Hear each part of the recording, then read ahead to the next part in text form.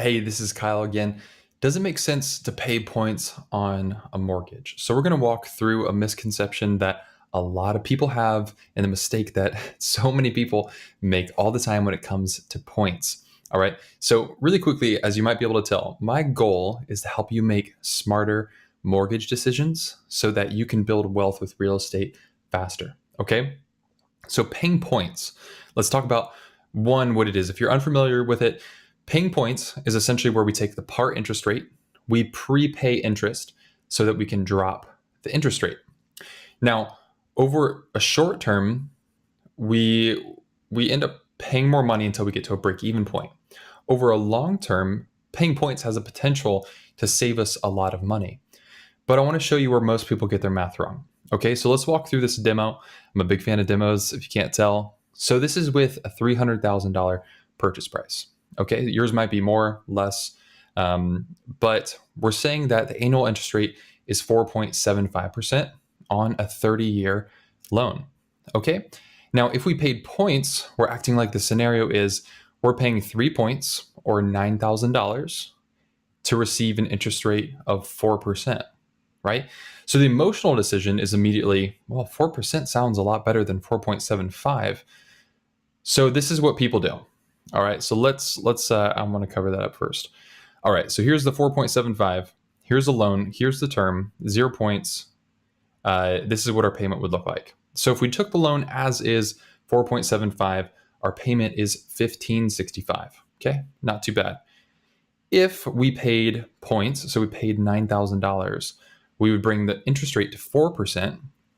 Our payment comes $1,432. And this is where people mess up. So we save $133 per month. And this is what everyone does. If you can see my calculator up here, they'll take $9,000 and divide it by 133, and they get this number, 68. And so they say, okay, great. As long as we're in the house more than 68 months, we'll break even, and then we start to make money, which is half true, right? So everyone's making that decision and saying, yeah, we'll be in the house more than 5 years. So this is almost, this is 5 years, 8 months. And, at 5 years and 8 months is the point where you break even, just breaking even, right? Then we start making money after that. Okay, so this is how most people think, but it's a little incorrect, and I'll show you why. Because what we're not considering is a fair apples to apples comparison. In this scenario, we invested $9,000 into prepaid interest, but we're comparing that against not even investing $9,000 at all. So what we have to do is we have to compare investing $9,000 into the rate or $9,000 to reduce the loan amount. So you see what we're comparing here now. Reduced interest rate versus reduced loan amount. This is the real conversation that we need to have. Because what we see happens is we're taking a higher interest rate here, but we're taking a lower loan amount. Same term, we can see that there's still a payment deficit that over here, it actually costs us $86 more per month than the points option. But what's happening is we still have equity in the property.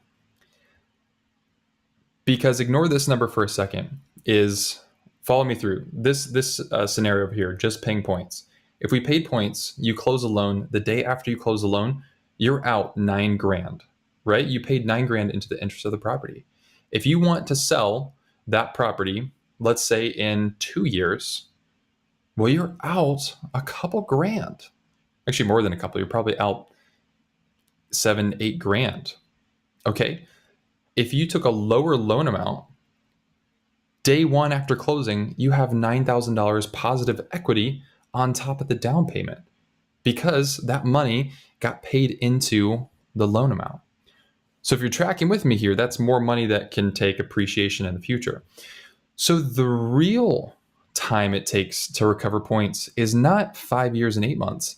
It's actually 105 months, right? So you're talking 8.75 years, not 5 years, 8.75 years to break even on points. Because What we're saying here is that it's going to, it takes 5 years and 8 months to break even.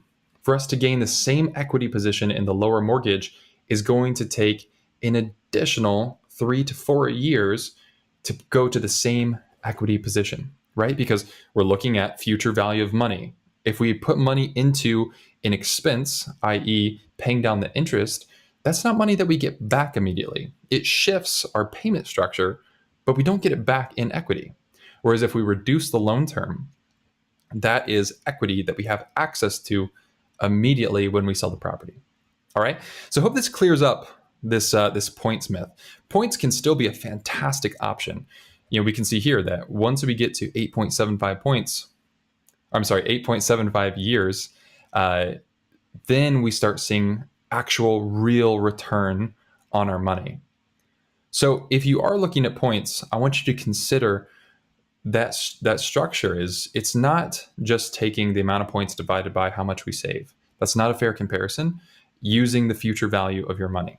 Compare it against if you took down a smaller loan, what that would look like over time. Okay? If you have any questions, let me know. I'd love to help you out. If this was helpful, share this with a friend or someone you know who might be looking at paying points. Help them make a great decision like I know you will. All right? Talk to you soon. Be well.